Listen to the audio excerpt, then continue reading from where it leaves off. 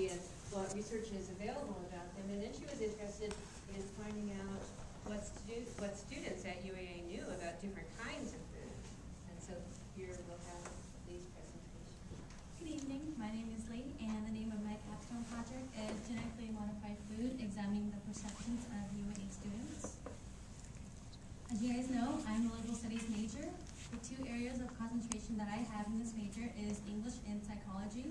And a past experience that I had that interested me more into researching on this topic was a case study that fellow students and we did in the Liberal Studies Integrated Course 332, Science, Technology, and Culture, instructed by Professor Martha Hatch. The abstract of my topic basically talks about genetically modified food as a type of modern biotechnology. One important aspect from this is that humans as consumers should be aware of the different types of food that they are consuming. And so with that, I wanted to assess the students' perceptions and belief on the three different types of food: genetically modified food, conventional food, and organic food, using a survey questionnaire at the Lisa Cuddy Center within the UAA. And so with that, I obtained results which gave me insights to the students' knowledge about the three different types of food, as well as their willingness to pay and their interest on the three different types of food. So what are genetically modified food, conventional food, and organic food? Genetically modified food is a type of food whose DNA has been genetically altered for inheritable traits with enhanced nutrition and longer shelf life while resisting against pests, weeds, or diseases, along with viruses. Conventional food is a type of food that contains chemical additives with trace amounts of herbicides and pesticides in order to protect the growth of the crops. And organic food is the type of food that restricts fertilizers, pesticides, and additives. Farmers who wish to grow organic food must prohibit the use of additional substances or genetic alteration onto their land and the crops 3 years prior to growing the organic crops. There are two types of methods that I constructed in my project. The first one consisted of looking up various research articles and creating my own review of literature. And then the second was a proposed method in which I examined the perceptions and belief of the 50 undergraduate students at UAA using a systematic random sampling of the students. And with that, I assessed the survey questionnaire, which consisted of 37 questions. 7 questions consisted of the students' demographics, and the remaining 30 questions were about the students' perception on the 10 questions on each food type, using the 5-point Likert scale, 1 rating strongly disagree to 5 rating strongly agree. And with that, I assessed using Microsoft Excel 2010. There are 2 results that I came up with. One was a general overview on how the students perceive the 3 different types of food, and the second was a correlation between the students' demographics with their perception. Table 1, number 1 represents the majority of the students on how they perceive genetically modified food.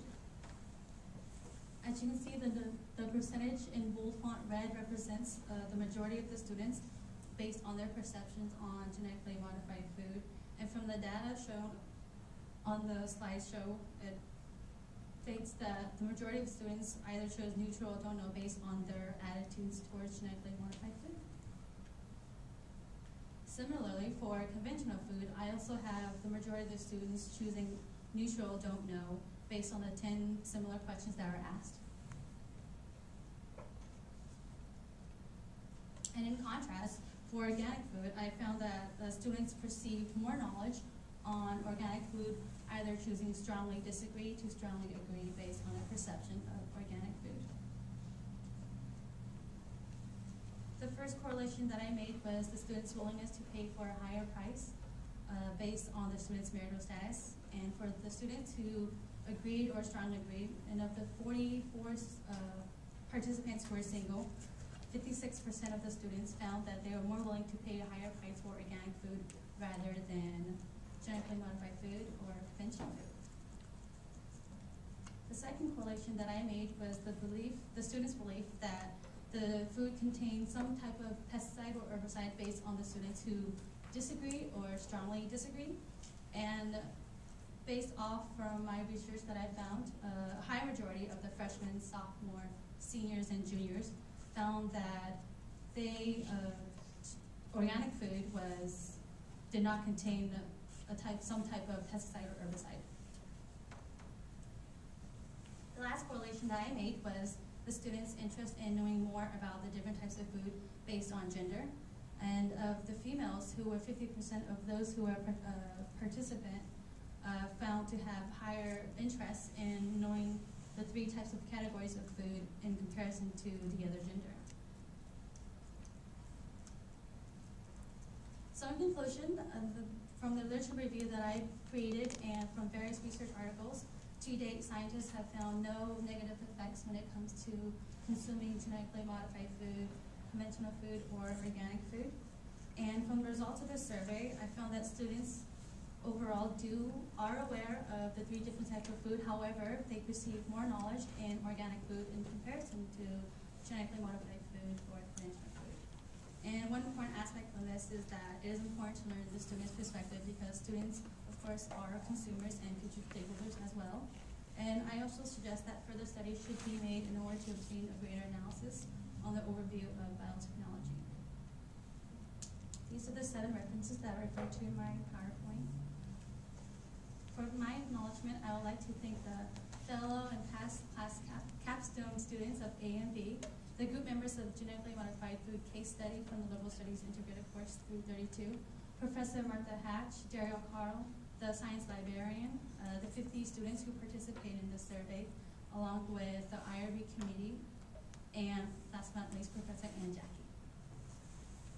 Thank you.